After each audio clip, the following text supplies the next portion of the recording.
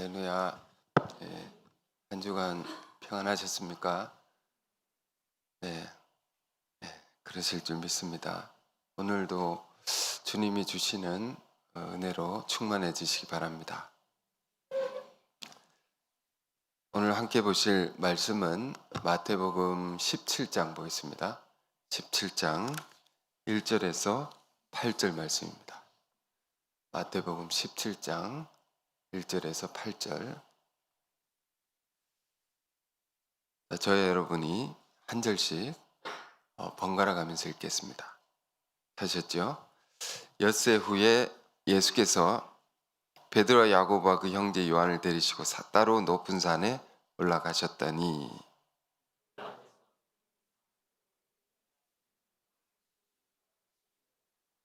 그때에 모세와 엘리야가 예수와 더불어 말하는 것이 그들에게 보이거늘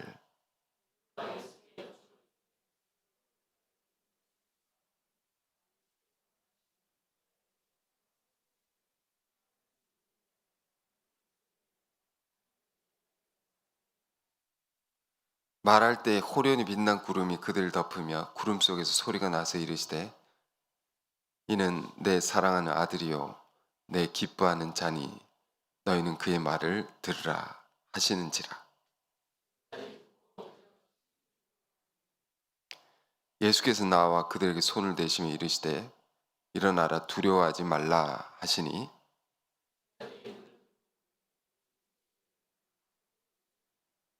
아멘.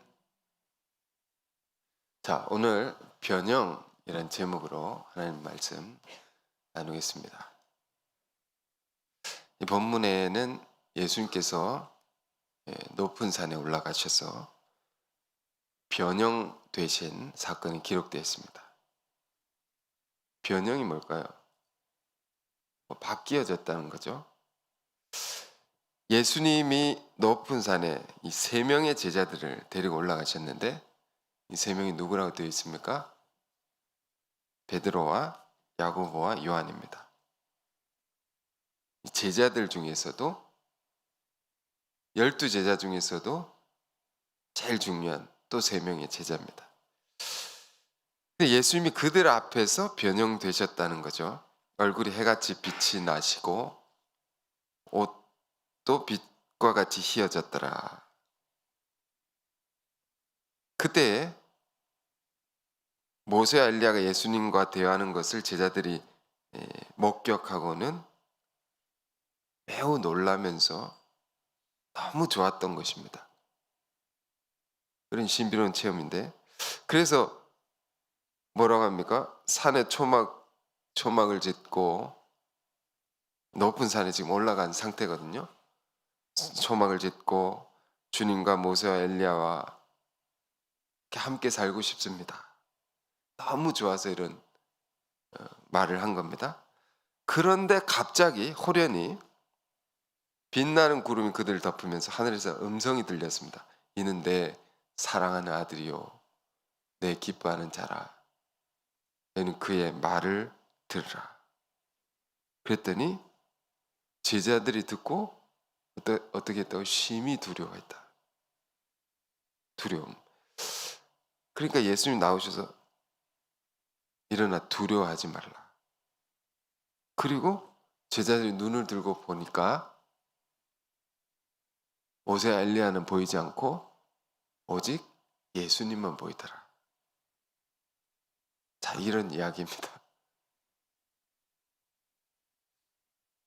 이 제자들이 경험한 놀라운 체험을 이렇게 기록해 놓은 건데요. 자, 우리는 이것을 오늘 우리가 보고 있죠. 그들이 기록한 것을. 예수를 믿는 오늘 우리에게 이 사건이 어떤 의미가 있을까요? 주님이 변형이 되셨다. 이 변형의 결론은 뭘까요? 5절이 중요합니다. 하늘의 음성이 들렸습니다. 이는 내 사랑하는 아들이요. 하늘의 음성이라는 것은 하나님의 음성을 들었다는 겁니다. 이는 누굽니까? 예수님을 가리키는 겁니다. 예수는 나의 사랑하는 아들이다. 이 말이 뭡니까? 예수는 내가 이 땅에 보낸 메시아다. 그리스도다. 자, 메시아는 히브리어로 구원자라는 뜻이죠. 그리스도는 헬라어로 크리스토스. 똑같은 뜻이죠. 구원자다. 예수는 내가 이 땅에 보낸 메시아다. 이런 하나님의 음성이 들린 겁니다. 그리고는 8절에 다시 보니까 제자들 눈에 아무것도 안 보이고 예수님만 보이더라. 제자들 눈에 말이에요. 제자들의 인식의 변화를 가리키는 겁니다. 우리도 이런 체험이 일어나야 하는 거죠. 그렇다면 자, 오늘 좀 성경 깊이 공부하듯이 말씀을 듣길 바랍니다. 그렇다면 이전에 이 제자들은 예수님을 어떻게 바라보고 생각했던 것일까요? 본문 3절 4절에 보니까 제자들이 목격을 했죠. 놀라운 장면을. 예수님이 모세와 엘리야와 대하는 것을 보고 놀랐다는 말입니다. 놀란 것입니다. 모세와 엘리야와 대화하시는 예수님을 보고 놀랐단 말입니다. 이게 왜 놀랐을까요? 모세와 엘리야라는 것은 구약시대 그 수천 년의 시대를 통틀어서 가장 위대한 두 인물입니다. 그야말로 전설적인 두 인물. 유대 선민들에게 가장 높임을 받고 존경을 받는 그야말로 정말 전설입니다. 수천 년의 기간 동안 그 위대한 인물을 대표하는 두 사람이죠. 그래서 흔히 모세는 율법의 하나님의 말씀을 담당한 자로서 율법을 대표하는 자다. 하나님의 말씀, 율법의 대표. 엘리야는 예언자의 대표죠. 율법과 예언의 대표자니까 얼마나 추앙하는 두 사람인지 모릅니다. 유대인들이. 그런데 그들과 예수님이 대화를 하는 걸 보고 놀랐다는 것은 뭐입니까? 예수님을 그 정도도 생각하지 못했다는 거죠.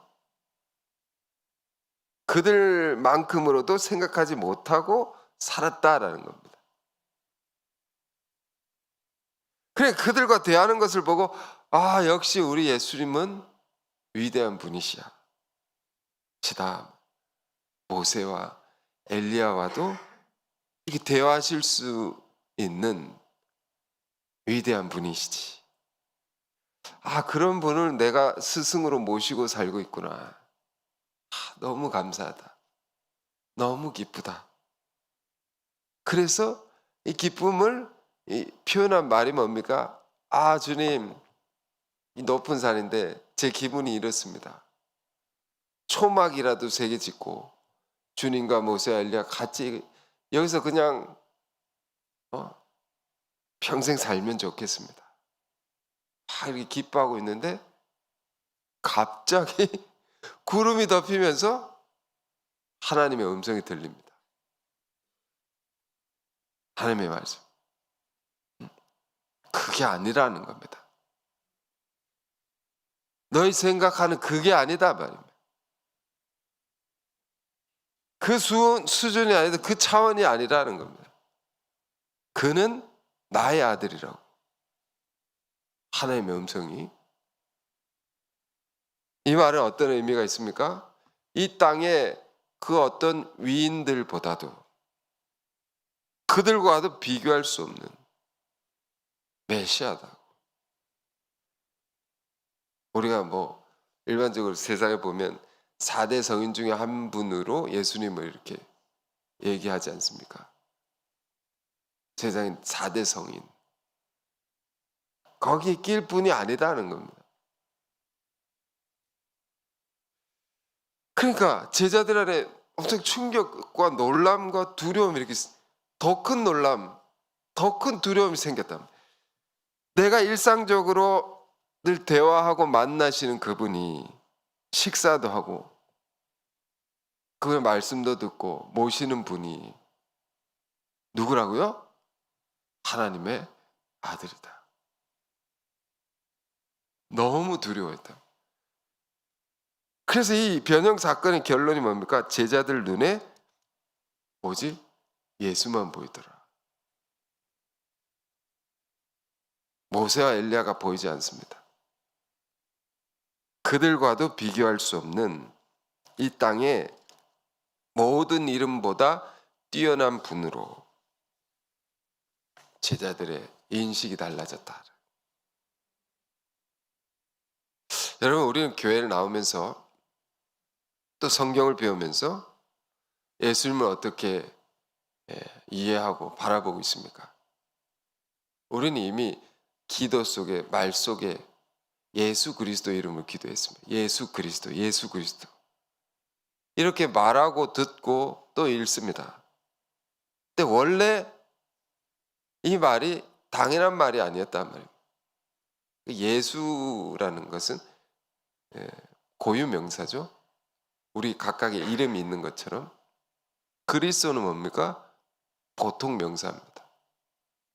어떤 분, 그러니까 어떤 직분을 나타내고 역할을 나타내고, 예를 들면 장시몬 목사님, 고유 명사, 보통 명사.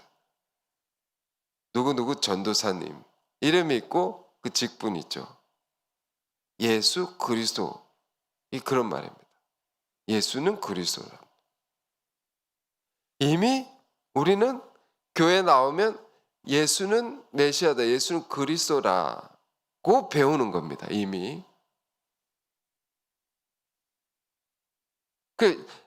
그리스도 메시아 같은 말이라고 했죠. 구원자 구세주, 하나님의 아들을 뜻하는 겁니다. 이 땅을 구원하라고, 이 세상을 구원하라고 보내신 메시아다 말입니다. 누구와 비길 수 없는. 그러니까 그 예수께서 그리스도이신 것이 우리는 처음부터 듣고 배우기 때문에 당연한 것이라고 생각한다. 그러니까 이런 본문 같은 이야기가 전혀 놀랍게 다가오지 않는 것입니다. 놀랍지 않죠, 우리가. 당연한 건데 왜? 그런데 여러분, 잘 생각해 봐야 됩니다. 성경에 예수님에 대한 기록은 누가 쓴 겁니까? 복음서는 누가 쓴 겁니까? 예수님의 제자들이 쓴 거죠. 그렇죠? 예수님의 제자들. 성령께서 제자들에게 열어주신 놀라운 세계를 제자들의 믿음으로, 그들의 신앙 고백으로서 기록한 겁니다. 그걸 우리가 받아들이는 거죠. 그런데 이 예수님의 제자들은 당시 소수의 무리에 불과했습니다. 복음서를 보면 예수님이 일으키신 기적과 놀라운 말씀들과 행하신 일들을 보면서 우리는 놀라기도 하고 감동도 받고 하는데, 그 유대 사회에서는 그저 뭔가 이렇게 눈에 띄는 뛰어난 분으로 어떤 도전적인, 당시 사회의 전통과 전통의 틀에 벗어난 어떤 행동을 하는 논란이 되는 인물로, 좋게 말하면 뭔가 뛰어난 분으로 사람들에게 알려지긴 했지만, 예수 공동체라는 것은 당시 매우 볼품없는 정말 적은 무리들이었습니다. 이 천박한 예를 좀 들자면, 개척교회 목사님 같은 분이었을지 모릅니다. 그러면 이제 대형교회 목사님 같은 분은 이 시대에 누구라고 말할 수 있을까요? 세례자 요한입니다. 세례자 요한. 가만히 보면 세례자 요한은 정말 유대교 지도자들조차 두려워하면서 함부로 할 수 없는 그런 지도자, 사회에 굉장히 명망이 있는 큰 지도자였습니다. 우리가 마태복음 복음서를 보면 그런 걸 하나하나 발견할 수 있고, 굉장히 큰 인물이었구나. 굉장히 오늘날 보면 교계에 영향력 있는 큰 사람이었구나라는 걸 알 수 있습니다.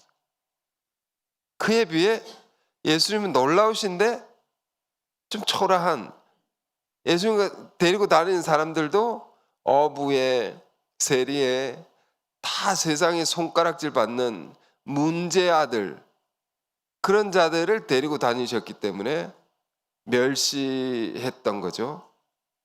아, 뭐 저러다 말겠지. 예? 무시하고. 자, 그런 예수 공동체에 있던 제자들 가운데 경험된 놀라운 사건이 이 변형 사건입니다. 그런 제자들에게 열려진 놀라운 세계를 이렇게 기록해 놓은 겁니다. 이 본문에서 제일 중요한 말은 뭐라고요? 5절입니다. 5절. 하나님의 음성입니다. 이는 내 사랑하는 아들이라. 나의 기뻐한 자니 너희는 그의 말을 들어야 된다. 예수님의 말을 들어야 된다고. 내가 보낸 자니 나의 아들이니. 그러니까 이 변형 사건이 우리에게 주는 이것이 제일 중요한 말이라는 겁니다. 그는 그리스도다. 이 땅에 보낸 메시아다. 이 놀랍고 가슴 떨리는 음성을, 하나님의 음성을 직접 들은 자가 누굽니까? 이 세 명입니다. 베드로와 요한과 야고보와 요한. 이 직접 들은 체험을 베드로후서 1장에는 베드로가 얘기합니다. 내가 예수 그리스도의 그 위엄을 본 자라고. 내가 그 음성을 직접 들은 자라고. 막 거짓된 가르침을 얘기하는 자들에게 미혹되지 말라고. 내가 직접 들은 자 아니 내가 그걸 증거할 수 있다고. 그런 내용이 베드로후서 1장 끝에 나옵니다. 자, 그렇죠. 그런데 우리가 이런 변형 사건이 있다 말이에요. 이 사건을 더 깊이 이해하기 위해서는 바로 앞장인 마태복음 16장을 읽어야 됩니다. 16장. 16장에는 어떤 이야기가 기록되어 있습니까? 제자들과 예수님이 있을 때에 베드로가, 수제자 베드로죠. 예수님이 하나님의 아들이시요 예수님이 그리스도라는 고백을 하는 내용이 16장에 기록되어 있습니다. 제자들이 이때 이미 예수께서 그리스도이신 것을 듣고 알았단 말이에요. 자, 그 부분을 좀 찾아봅니다. 마태복음 16장 13절 이하입니다. 그럼 좀 공부가 되십니까? 졸음이 오십니까? 야, 정신 차리면 들어야 됩니다. 자, 13절. 자, 여러분 읽어보실까요? 시작.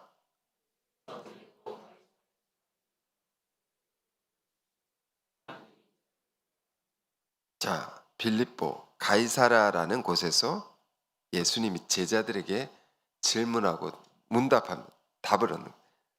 사람들이 인자를 누구라느냐? 인자가 누굽니까? 예수님 자신을 가리키는 단어죠. 사람들이 나를 어떻게 보느냐? 14절 15절입니다. 다 여러분 또 읽어보십시오. 읽겠습니다. 시작. 이르시되 너로는 세례 요한, 너로는 엘리야, 어떤 이는 예레미야 선지자 중 하나라 하나이다. 이르시되 너는 나를 누구라 하느냐? 사람들은 이 더러는 무슨 말인지, 어떤 사람들은 예수님 세례 요한이 아니냐? 굉장히 큰 인물이, 아까 말씀드렸죠. 유대 선민들이 지도자들이 두려워했던 그 인물이. 어떤 사람들이 엘리야가 아닌가? 어떤 사람은 예레미야, 위대한 선지자, 큰 선지자입니다. 대선지자라고 합니다. 예레미야. 그런 분과 같은 분이 아닌가? 이것도 높이, 예수님을 굉장히 높이 본 사람들의 증언입니다. 그런데 너희는 나를 누구라고 하느냐? 너희는 나를 어떻게 바라보느냐? 여러분, 오늘 지금 우리에게도 예수님이 지금 물으시는 겁니다. 너희는 나를 어떻게 보고 있느냐? 우리는 예수님을 어떻게 바라보고 있습니까? 그때 제자들 중에 으뜸이 되는 제자, 수제자라고 하죠. 그래서 시몬 베드로가 제일 먼저 고백을 합니다. 어떤 이 질문의 분위기 얼마나 긴장되고 뭐라고 말할까? 뭘 말을 꺼내기 어려운 분위기 속에서 시몬 베드로 역시 이래서 수제자라고 합니다. 대답하이되 주는 그리스도시요 살아계신 하나님의 아들이시니다. 놀라운 말을 한 겁니다. 여러분, 이것은 인류 최초의 고백입니다. 제자들 심중에 뭔가 이런 게 왔을 수도 있는데 말은 못했단 말입니다. 최초의 고백입니다. 사람들은 예수님을 굉장히 뛰어난 사람, 뛰어난 선지자, 보통 사람들과 다른 어떤 그런 분으로, 위대한 분으로 보실 수 있지만 베드로의 고백은 뭡니까? 예수님은 그들과도 비교할 수 없는, 이 땅의 그 어떤 위인들과 비교할 수 없는 하나님의 아들이십니다. 이게 위대한 겁니다. 이 고백이 세상의 평가, 평판을 뛰어넘는 고백이 나온 겁니다. 베드로가 어떻게 이런 고백을 할 수 있었을까요? 주님의 삶과 주님의 말씀과 그 모든 것, 그 영광을 본 거죠. 뭐 보았다 하더라도 고백한 자는 없었습니다. 어떻게 고백할 수 있었을까요? 이건 성령의 역사다. 뒤에서 예수님이 이렇게 말씀하십니다. 예수께서 대답하여 이르시되 바요네 시몬아 네가 복이 있도다. 이를 너에게 알게 한 이는 혈육이 아니요 사람이 알게 한 게 아니다. 네가 똑똑해서 알게 된 것도 아니다. 하늘에 계신 내 아버지시니라. 하나님의 영이 깨닫게 하셨다. 이런 깊은 세계를 알게 하신 이도 예수님을 그렇게 바라볼 수 있게 있는 눈을 주신 것도 성령께서 하신, 하나님께서 하신 것이다. 이 땅에 인간적인 지혜나 학식을 쌓아서 이게 알게 된 게 아니라는 겁니다. 하나님께서 알게 된. 그러면서 그 위대한 고백의 터 위에 뭐가 세워집니까? 이 고백의 터 위에 교회가 세워집니다. 18절 또 내가 너에게 이르노니 너는 베드로라. 내가 이 반석 위에 내 교회를 세우리니 음부의 권세가 이기지 못하리라. 이 반석 위에 베드로, 페트라, 원래 이제 아람어는 게바죠, 케파스, 큰 바위라는 뜻입니다. 큰 바위, 이 굳건한 이 반석 위에라고 표현하셨는데요. 이게 무슨 말입니까? 큰 바위가 상징하는 것은 이 맥락 속에서는 흔들리지 않는 겁니다. 너의 흔들리지 않는 이 굳건한 믿음 위에, 너의 이 믿음의 고백 위에 교회를 세우리니. 그러니까 교회는요, 뭐가 교회입니까? 예수께서 그리스도라고 고백한 자들의 모임인 것입니다. 이 반석 위에 세워진 자들의 모임이 이 교회입니다. 고백된 공동체입니다. 고백의 공동체입니다. 이 고백이 있을 때 진정한 교회가 세워집니다. 고백이 없는 자들이 모이면 이건 반석이라고 할 수 없는 겁니다. 진정한 교회라고 할 수 없는 겁니다. 이게 세워졌다 말입니다. 뿐만 아니라 음부의 권세에 이기지 못하리라. 네가 이 고백을 했으니 마귀를 사로잡을 수 있는 권세를 얻었도다 말이에요. 이 고백을 한 자는 뭐라고요? 마귀를 사로잡을, 마귀 사로잡히는 게 아니라 사로잡을 수 있는 권세를 네가 얻었다라고. 그 또 다른 권세를 받습니다. 자, 여러분, 이 이야기가 오늘 우리에게 어떤 우리가 받은 권세를 지금 확인하는 겁니다. 내가 천국 열쇠를 너에게 주노니 네가 땅에서 무엇이든 매면 하늘에서 매일 것이요 네가 땅에서 무엇이든 풀면 하늘에서 풀리리라 하시고, 천국의 열쇠를 이 고백한 자에게 주어진 겁니다. 이게 뭡니까? 열쇠를 내가 들고 있다. 잠궈버리면 아무도 못 들어갑니다. 열면 다 들어갈 수 있습니다. 이 권세를 말합니다. 예수가 그리스도라고 고백한 자에게 주어지는 권세. 여러분, 이게 우리에게 있습니다. 이거 아멘 크게 하셔야 됩니다. 우리에게 있는 겁니다, 이게. 근데 이 놀라운 현장 속에 누가 있었습니까? 베드로가 고백했지만 다른 제자들 다 있었던 겁니다. 심지어 가룟 유다까지 있었단 말이에요. 예수께서 하나님의 아들이심을, 이 땅에 그 누구와도 비교할 수 없는 메시아이심을 제자들이 알게 됐다. 다른 사람들은 그 사회에서 무시하는, 멸시하는 그 초라한 무리들 속에 있는 이 제자들이, 이들이 알게 된 겁니다. 이게 16장의 기록입니다. 최초로. 그런데 오늘 17장을 우리가 읽었죠.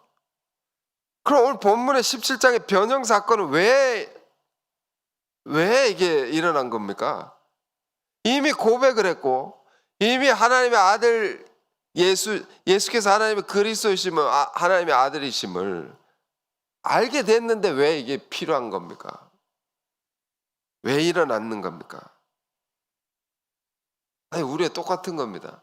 우리 신앙도 우리가 예수님 처음 만나면 우리 이런 표현을 씁니다. 인격적으로 만났다고. 인격적이란, 내가 정말 사람을 만나, 인격적이란 건 그런 거죠. 내가 사랑하는 사람을 만났단 말이에요. 내가 존경하는 사람을 만났다고. 내가 너무 감동을 받고, 내가 너무 힘을 얻고 위로를 받고, 이게 이런 말이 인격적으로 만났다. 보이지 않는 예수님을 정말 그렇게 보이는 분으로 만났다.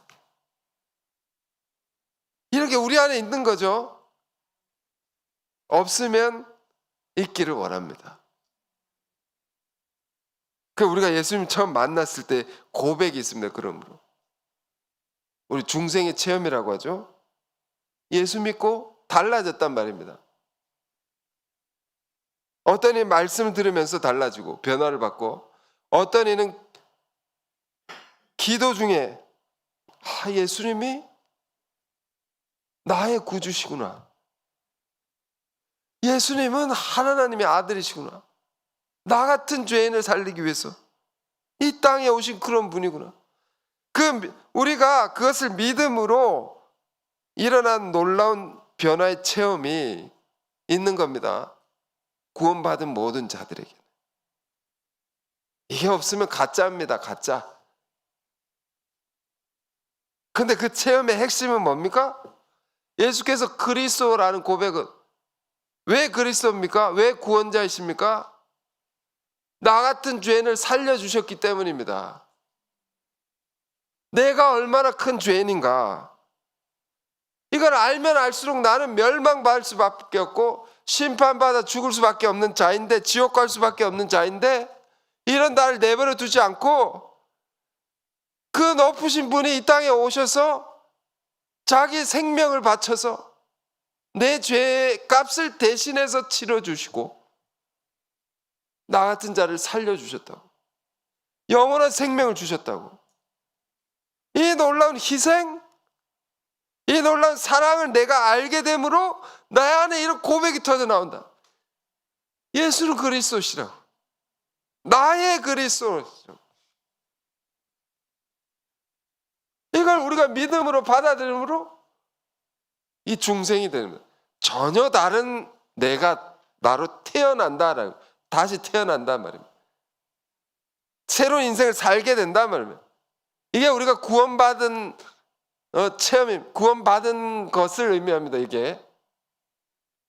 그리고 우리는 이 체험을 통해서 새로운 인생을 살게 된 자들입니다. 예수 믿는 자들은, 그리스도인들은 이미 그런 사람입니다. 이 16장에 놀라운 이 가슴 떨리는 이 역사를 경험한 사람들. 그랬는데 우리가 또 어떻습니까? 깊은 영적 체험과 놀라운 은혜와 눈물의 고백 다 잃어버립니다. 다 흐려집니다. 또 일상적으로 우리는 살아갑니다. 이분은 예수는 그리스도이십니다. 예수님은 나를 구원해 주신 분입니다. 하나님과 같은 분이십니다. 사도신경 우리가 오늘도 고백했습니다. 사도들의 고백은 우리 신앙의 핵심적인 것을 모아놓은 것입니다. 그 고백은 고백도 하고 찬양도 합니다. 그러면서 우리의 삶을 보면 세상의 유명한 자들을 더 유명하게, 더 높이 생각하고 위인들을 더 존경하고 그걸 더 따라 살아가고 있단 말이에요. 하나님께서 예수님 통해서 우리에게 행하신 일들보다 세상에 일어난 일들을 더 놀랍게 여기고 더 크게 여기고 더 중요하게 여기고 우리가 살아가는 겁니다. 그러니까 우리가 또 뭐가 필요한 겁니까? 이 변형 사건이 또 필요한 겁니다. 이거 어떻게 보면 슬픈 이야기입니다. 이미 다 알았지 않느냐? 이미 보았지 않느냐? 이미 깨달았지 않느냐? 왜 잊어버렸냐는 겁니다. 그럼 우리는 연약한 자들이기 때문에 또 이런 체험이 필요합니다.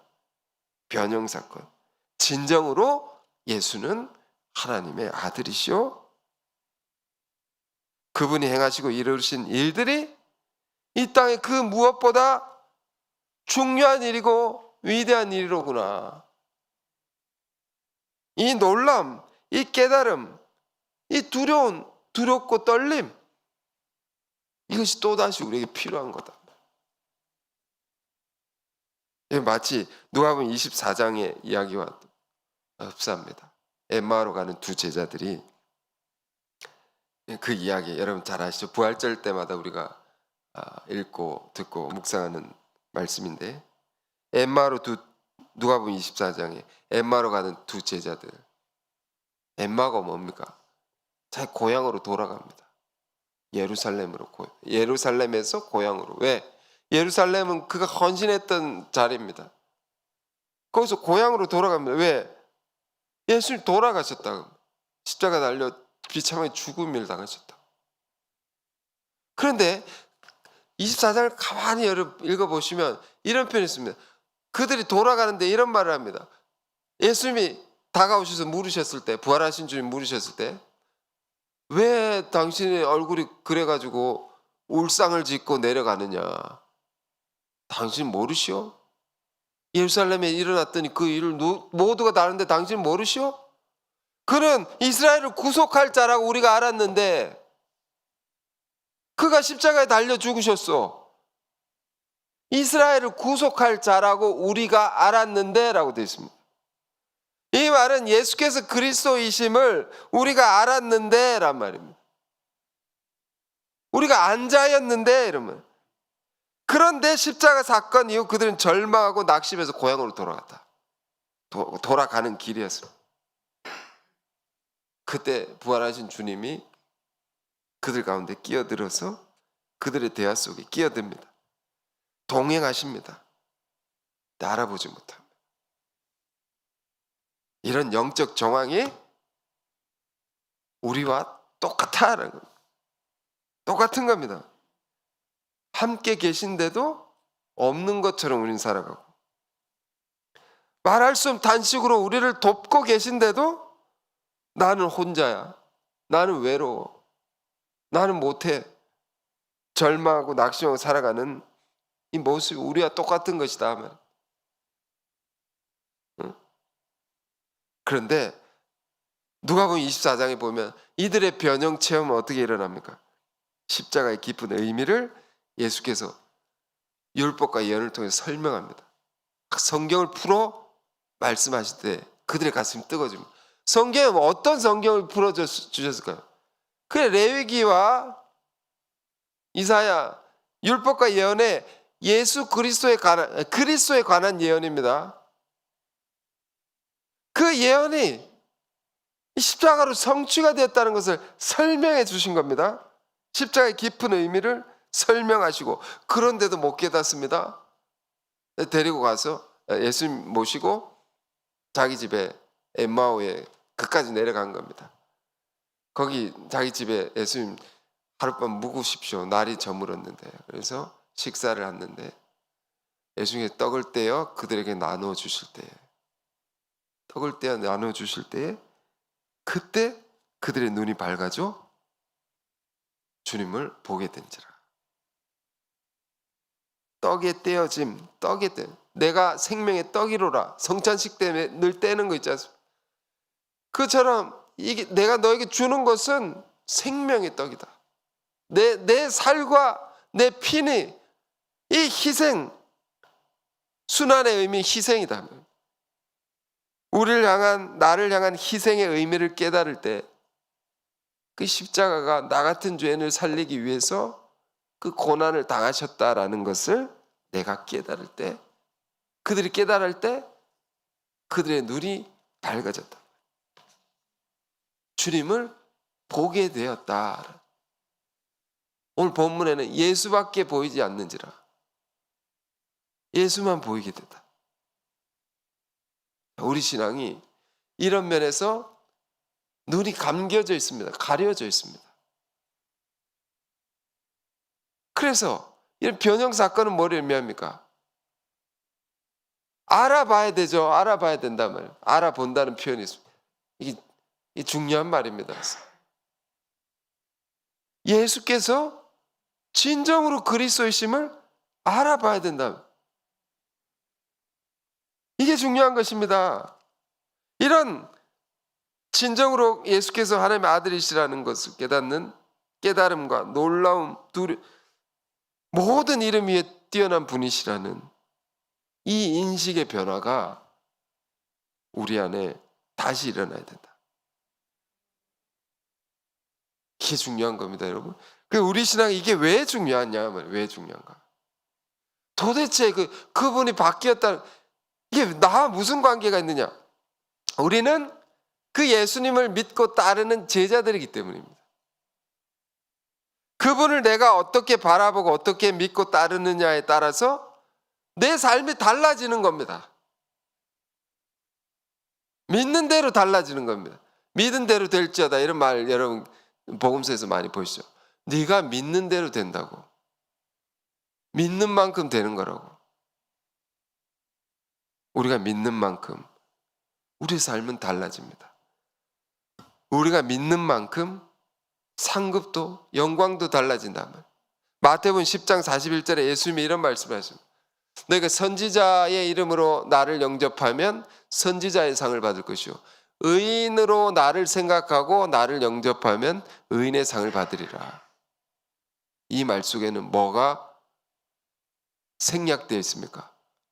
너희가 그리스도로 나를 바라보고 영접하면 너희가 그리스도의 상을 받으리라. 어떻게 바라보고 어떻게 믿느냐에 따라서 우리의 삶이 달라지고 그에 따른 영광도 다른 것이고 상급도 다르다 말이에요. 그러니까 우리는 어떻게 예수님 바라보고 사느냐 말이에요. 요즘 베드로 전서 후서를 이렇게 읽고 묵상하고 깊이 이렇게 사경하고 있는데, 베드로 사도의 편지죠. 이 수제자 편지입니다. 이 편지 속에는 그가 경험한 예수님에 대한 깊은 세계가 이렇게 담겨져 있습니다. 우리 이걸 발견해야 됩니다. 베드로는 예수님을, 그 변화된 베드로를 말합니다. 변화돼서 예수님을 어떻게 생각하고 바라보고 변화된 이후에 일생을 살아왔던가, 이걸 편지 속에 우리가 깨달아야 됩니다. 이 편지는 누구한테 보낸 것입니까? 베드로 전서후서. 당시 로마 제국의 핍박 핍박받는 환란 속에 굉장히 고통받는 성도들에게 보낸 편지인데 그 안에 뭐가 있느냐? 이걸 얘기합니다. 예수 믿는 자들이 예수를 그리스도로 믿는다는 것의 의미가 뭐냐? 이건 완전히 차원이 다른 거다. 예수를 믿고 그분의 피로 죄사함을 받는, 믿음으로 죄사함을 받았다는 것, 우리가 복음을 알게 되었다는 것은 율법, 세상 차원이 있죠. 세상 사람들은 하나님 안 믿는 사람들, 안 믿는 사람보다 차원이 다른 사람들 누굽니까? 믿는 사람이죠. 믿는 사람들은 처음으로 하나님 믿는 사람, 율법을 가진 유대 선민들이죠. 그렇죠? 이게 차원이 다른 거죠. 하나님 법이 없는 자들과 법이 있는 자들 차원이 다르죠. 그런데 하나님 법을 가진, 율법을 가진 자들과 이들과도 완전히 또 차원이 다른 자들 누구냐? 예수 믿는 사람들, 복음을 가진 사람들. 완전히 다른 겁니다. 율법적인 차원의 그 종교의 그런 모든 것들과 이 시대의 이슬람, 유대교 지금 전쟁하고 있는 거죠. 그것과 차원이 다른 것을 우리는 가진 사람. 그렇기 때문에 우리는 어떤 사람들입니까? 차원이 다른 삶을 살 수 있는 사람들이다. 예수 믿는다는 그런 걸 의미합니다. 이 귀함을 깨달아야 된다. 이 놀라운 차원을 베드로는 그 편지를 쓰면서 말해요. 너희가 이 깊은 차원을 너희가 깨닫고 살아야 된다라는 거예요. 너희가 환란 속에 있지만, 박해 속에 있지만 무엇으로 너희가 환란을 이기고 박해를 이기고 살 수 있겠느냐? 무엇으로 세상 사람들처럼 썩어질 것에 빠져서 죄짓고 살지 아니하고 하나님의 거룩하신 뜻대로 거룩한 삶을 어떻게 살아갈 수 있느냐? 이 차원을 깨달아야 된다. 여러분들이 이 차원을 경험한 자리에 있다는 것을 알고 살아야 됩니다. 라고 편지를 쓴 게 베드로 전서후서다. 이걸 알면 다 이긴단 말이에요. 함부로 살 수 없다. 그래서 베드로후서 2장 9절에 베드로 사도가 이런 놀라운 말을 합니다. 너희는 택하신 족속들이요, 하나님이 특별히 선택한 사람들. 너희가 누구면 예수 믿는 사람들. 왕 같은 제사장이라. 너희는 왕입니다. 왕. 그리고 제사장입니다. 너희의 영적인 위상이 이와 같은 것을 알고 살아라. 제사장이라는 것은 유대인들에게 최고로 권위입니다. 최고의 권위, 위엄과 거룩함을 대표하는 자들입니다. 제사장은 하나님과 인간을 이어주는 그 중보자입니다. 온 백성의 죄를, 특히 제사장, 제사를 드린 사람, 특히 온 백성의 죄를 대신해서 제물의 희생을 드려서 하나님의 은총을 받아 죄사함을 얻게 하는 가장 중요한 책무를 담당하는 자가 제사장입니다. 하나님의 그 놀라운 은혜를 온 백성에게 받게 하는 자. 그런데 누가 그렇다고요? 너희는 왕같은 제사장이라. 예수 믿는 자들의 자리가, 위상이 그렇다. 우리 자리가 그렇다. 여러분, 이거 알고 살아야 됩니다. 이걸 정말로 깨달은다면 어찌 환란에 무너질 수 있느냐? 어찌 함부로 죄짓고 살 수 있느냐? 없다는 겁니다. 이게 가려지고 떨어져서 그렇게 사는 거다. 몰라서 그렇게 사는 거다 말이에요. 지금 다시 본문, 왜 16장에 위대한 그리스도의 고백의 사건이 있었는데 17장에 왜 이 변형의 사건이 있느냐? 다른 면을 생각해 볼까요? 고백과 변형 사이 이 간격은 왜 생기는 겁니까? 우리가 고백을 하고 난 후에 그때는 어때? 두려움과 떨림으로 예수님을 만났단 말이에요. 시크한 겸손의 마음으로 주님을 바라보고 주님의 사랑을 받아들였단 말이에요. 그런데 점점 우리가 어떻게 변질이 되는 겁니다. 우리 마음은 높아지고 안다 하는 마음이 점점 들어옵니다.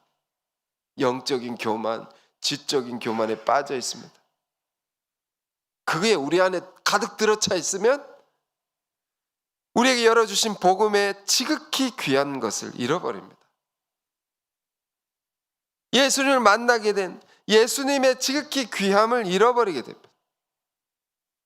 우리 신앙생활은 일상화되어 버리고 하나의 종교 생활을 하는 것처럼, 또 어떤 경우는요, 예수 교회를 나가는 것을 하나의 문화 현상으로 받아들인 사람도 있습니다.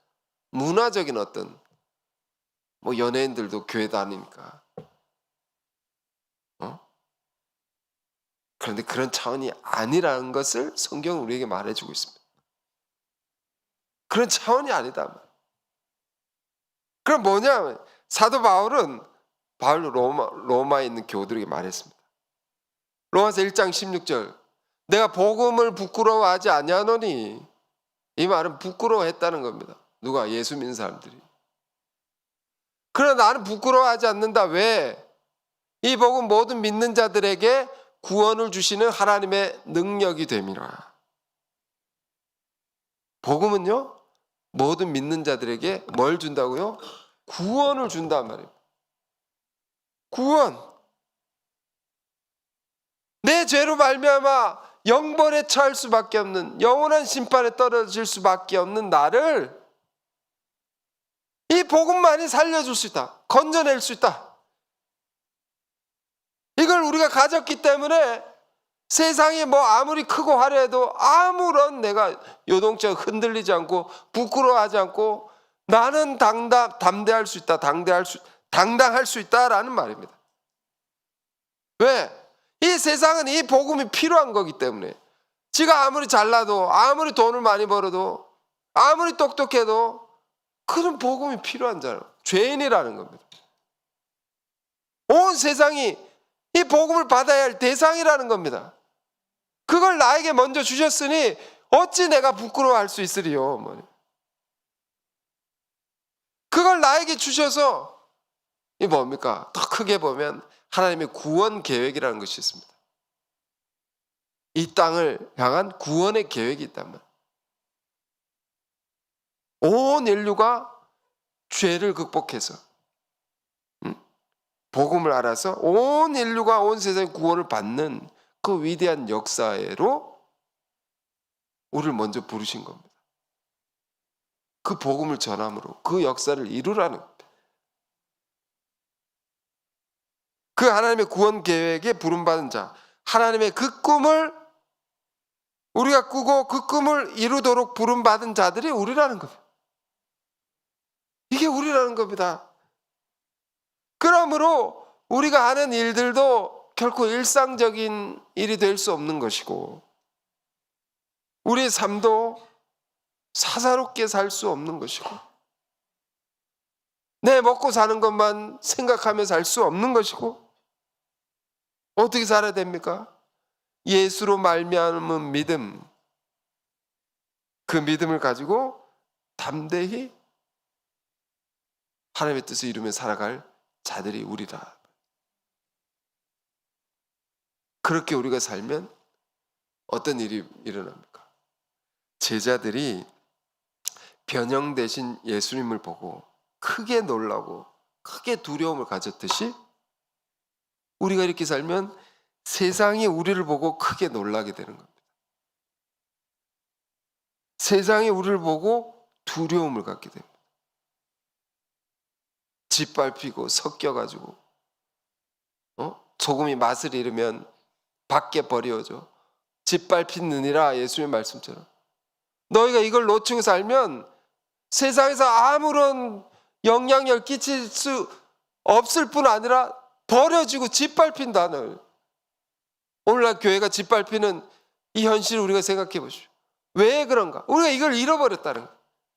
이걸 잃어버리고 살았다. 자, 그러므로 오늘 이 말씀이, 이 본문이 주는 참으로 깊고 소중한 세계가 여러분 우리에게 새롭게 열려서 우리의 삶도 우리의 생각과 관점과 모든 것이 달라지고 우리의 삶도 이렇게 변형이 되는, 크게 달라지는 은혜가 있기를 바랍니다.